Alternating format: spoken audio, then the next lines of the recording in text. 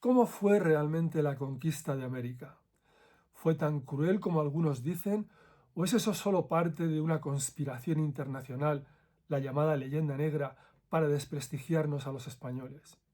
En cualquier caso, ¿debería España pedir perdón públicamente por lo allí ocurrido durante el siglo XVI?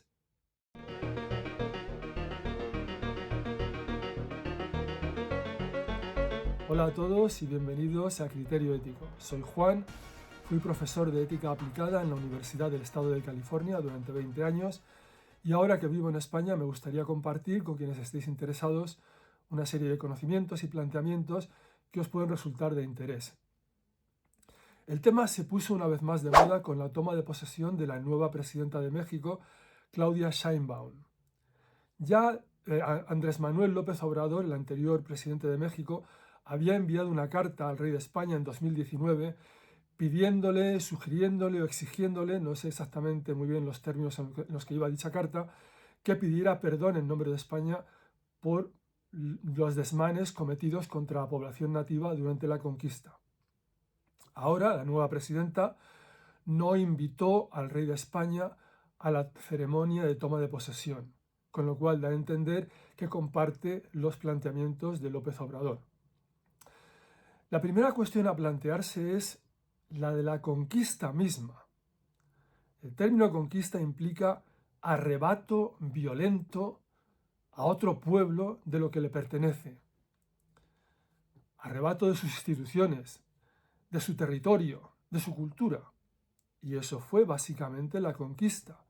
Se les arrebató lo que era suyo. ¿En nombre de qué?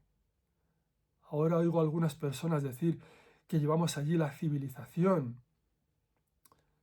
Eso es muy cuestionable. Allí había otra civilización. Y lo que se hizo fue destruir esa civilización, básicamente. Pero es que además la justificación que se dio para la conquista en su momento no fue ir a civilizarles, no, sino ir a cristianizarles. Fue una justificación religiosa, no lo olvidemos. ¿Estaríamos hoy dispuestos a aceptar dicha justificación para conquistar a otro pueblo, para desposeerles de su país, de su cultura, de sus instituciones? Ya partiendo de este primer punto, el asunto huele bastante mal. Pero lo que podemos hacer es recurrir a textos originales, a los testigos que había allí en ese momento, para que veamos qué es lo que nos cuentan ellos de la conquista. Por cierto, no confundamos conquista con colonización. La colonización vino después. El establecimiento de universidades e instituciones de otro tipo vino después. La conquista fueron los 100 primeros años, no lo olvidemos. La colonización inglesa comienza 100 años después, de hecho más de 100 años después de la conquista española. Durante 100 años los españoles campean libremente por todo el territorio americano, sur, centro y norte. La población nativa es diezmada. Para cuando llegan los ingleses a colonizar la parte norte del continente, el 85% de la población nativa ha desaparecido. ¿Debido a qué? A las enfermedades que transmitieron los españoles para las que no tenían protección los nativos y a las masacres cometidas por los conquistadores. En la parte norte del continente no existían grandes imperios, como ocurría en la parte sur de América del Norte y en la parte central y en América del Sur. En la parte norte, lo que hoy es Estados Unidos realmente, no había imperios como el imperio azteca, el imperio maya o el imperio inca. Lo que había eran unas confederaciones de tribus.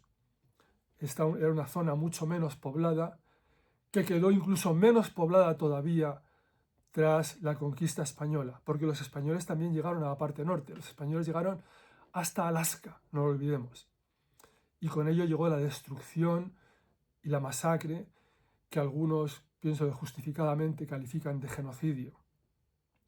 Cuando llegaron allí los ingleses, a la parte, lo que es norte de lo que hoy es Estados Unidos, quedaban ya muy poquitos indios. Y esos indios que había, esos nativos llamados indios por la confusión de Cristóbal Colón, esos nativos estaban en guardia frente a los europeos, muy en guardia después de 100 años de lucha contra ellos. No olvidemos esto porque hay una gran afición entre muchos españoles y otros que no lo son a comparar la conquista española con la colonización inglesa. Son dos cosas muy diferentes. Los ingleses eran colonos que huían de la persecución religiosa en Europa. Ellos huían de la persecución religiosa y establecieron allí, en la parte norte del continente, en la parte bastante norte, unas colonias. En el caso de España, lo que fue no era una huida de una persecución religiosa, sino una persecución religiosa que se traía a América contra los que creían algo diferente. Eran conquistadores, no eran familias, como en el caso de la colonización inglesa, familias completas, la colonización inglesa, holandesa y francesa. En el caso de la conquista, eran hombres solteros, muchas veces sacados de las cárceles, hombres que venían ciegos por conseguir dinero, por conseguir oro, hombres que no tenían escrúpulos en violar, en hacer todo tipo de desmanes. Antes de seguir con el contenido del vídeo, quiero recomendarte una herramienta que te puede resultar muy útil si estás en proceso de decidir qué carrera quieres estudiar, qué estudios quieres llevar a cabo, tú o cualquier amigo que conozcas. Se trata de la web orientadoreducativo.es. Es una web diseñada para ayudarte a encontrar la carrera que mejor se adapta a ti. Puedes además realizar su test inteligente y descubrir qué opciones encajan con tus intereses y habilidades. Además encontrarás información detallada sobre grados, salidas profesionales y mucho más. No dejes tu futuro al azar. Visítala hoy mismo, orientadoreducativo.es, y da el primer paso hacia tu mejor decisión. Apúntate a la newsletter para obtener el código de descuento. Te dejo el enlace en la descripción. Y ahora sí, seguimos con el vídeo. Cuando se habla de la conquista y de la colonización, es importante tener una perspectiva amplia y sobre todo objetiva e imparcial. Es importante ver, por ejemplo, qué es lo que decían los testigos de aquel momento.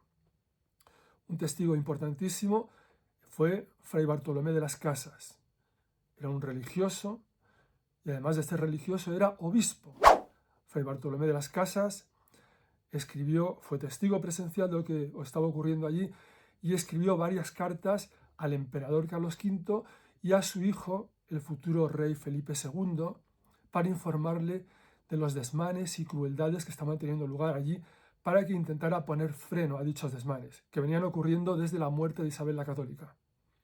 Isabel la Católica murió muy temprano, después del descubrimiento, 1504, y al parecer Isabel la Católica sí había intentado impedir ese tipo de desmanes, pero cuando ella murió se dio rienda suelta a ese tipo de barbarie que estaba ocurriendo. Vamos a leer qué decía Fray Bartolomé de las Casas, un obispo, como digo, en su brevísima relación de la destrucción de las Indias, un texto muy famoso, muy conocido, que podéis encontrar en internet. Primero nos cuenta cómo eran los nativos.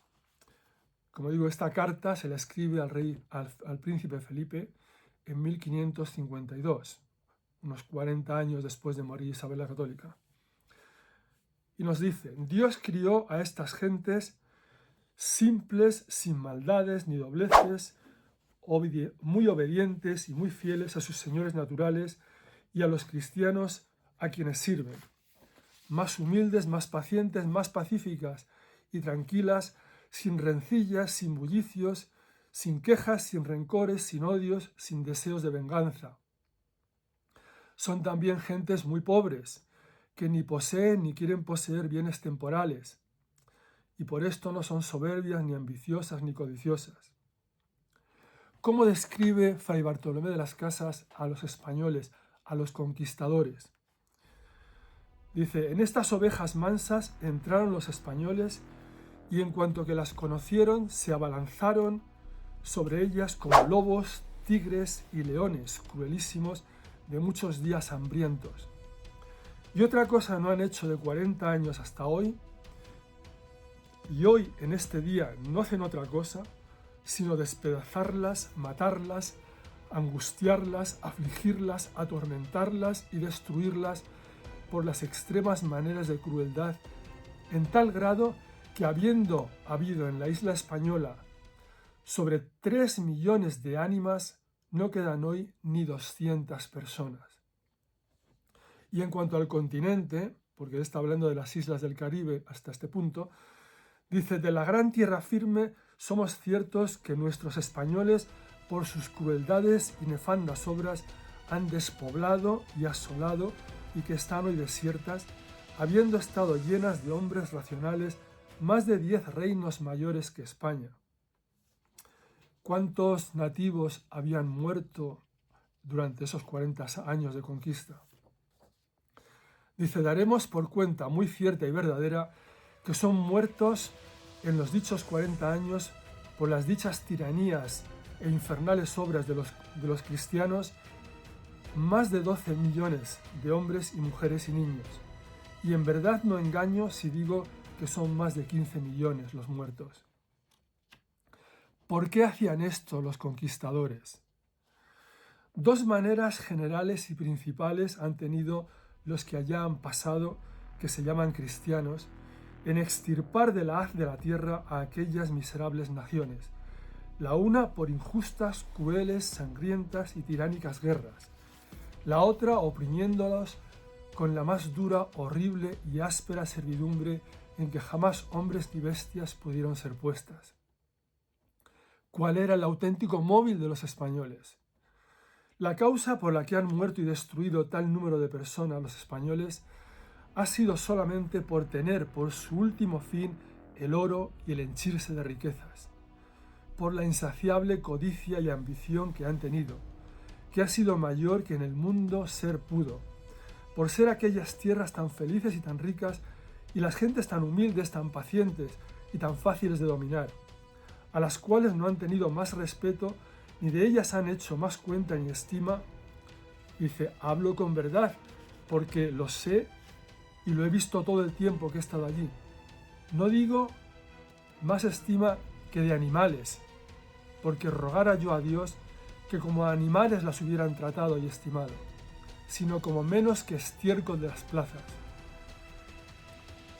Y sigue diciendo: en la isla española, creo que hoy es Santo Domingo, que fue la primera donde entraron cristianos y comenzaron los grandes estragos y perdiciones de estas gentes, y que primero destruyeron y despoblaron, comenzando los cristianos a tomar las mujeres e hijos a los indios para servirse y para usar mal de ellos y comerles sus comidas, que de sus sudores y trabajos salían, no contentándose con lo que los indios les daban de su grado, y otras muchas fuerzas y violencias y vejaciones que les hacían, comenzaron a entender los indios que aquellos hombres no debían haber venido del cielo, y algunos escondían sus comidas, otros sus mujeres e hijos, otros huíanse a los montes por apartarse de gente tan dura y terrible.